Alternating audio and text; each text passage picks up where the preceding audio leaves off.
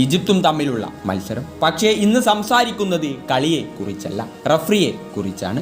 മത്സരം തുടങ്ങി. അധികം വൈകാതെ ഈജിപ്ത് ലീഡെടുത്തു. കുറച്ചു കഴിഞ്ഞ് വീണ്ടും വലകുലുക്കി. പക്ഷെ വാർ പരിശോധനയ്ക്ക് ശേഷം ആ ഗോൾ ഡിസലൗട്ടാക്കി. ഈജിപ്ത് താരങ്ങൾക്കെതിരായ വ്യക്തമായ ഫൗളുകൾ പോലും പലപ്പോഴും അവഗണിക്കപ്പെട്ടു. എന്നാൽ അതേ സാഹചര്യത്തിൽ അർജന്റീനയ്ക്ക് ഫൗൾ അനുവദിക്കുന്ന കാഴ്ചകൾ കണ്ടു. ഇതാണ് മത്സരത്തിലെ ഏറ്റവും വലിയ വിവാദമായി മാറിയത്. ഈജിപ്ത് വീണ്ടും ഗോൾ നേടി 2-0 മുന്നിലെത്തി. പക്ഷെ പിന്നീട് അർജന്റീന 3 ഗോൾ തിരിച്ചടിച്ച് മത്സരം സ്വന്തമാക്കി. ഏറ്റവും വലിയ വിവാദം അവസാന ഗോളിന് മുമ്പായിരുന്നു. സലാഹിനെ ബോക്സിന് സമീപം ഫൗൾ ചെയ്തെന്ന ആരോപണം ഉയർന്നിട്ടും റഫറി കളി തുടർന്നു. അതേ അറ്റാക്കിൽ നിന്നാണ് അർജന്റീന വിജയ ഗോൾ നേടിയത്. അർജന്റീനയുടെ തിരിച്ചുവരവിനെയും 3 ഗോളിനെയും ആരും കുറച്ചു കാണുന്നില്ല. അവർ പൊരുതി നേടിയ ഗോൾ തന്നെയാണ്. പക്ഷേ അതുകൊണ്ട് കളിയിൽ നടന്ന വിവാദ തീരുമാനങ്ങളും റഫറിങ്ങിലെ പിഴവുകളും കണ്ടില്ലെന്ന് നടിക്കാൻ കഴിയില്ല. ഏത് ടീമായാലും, എത്ര വലിയ ടീമായാലും തെറ്റുകൾ സംഭവിച്ചിട്ടുണ്ടെങ്കിൽ അത് പറയണം. കാരണം ഫുട്ബോളിൽ ടീമിനേക്കാൾ വലുത്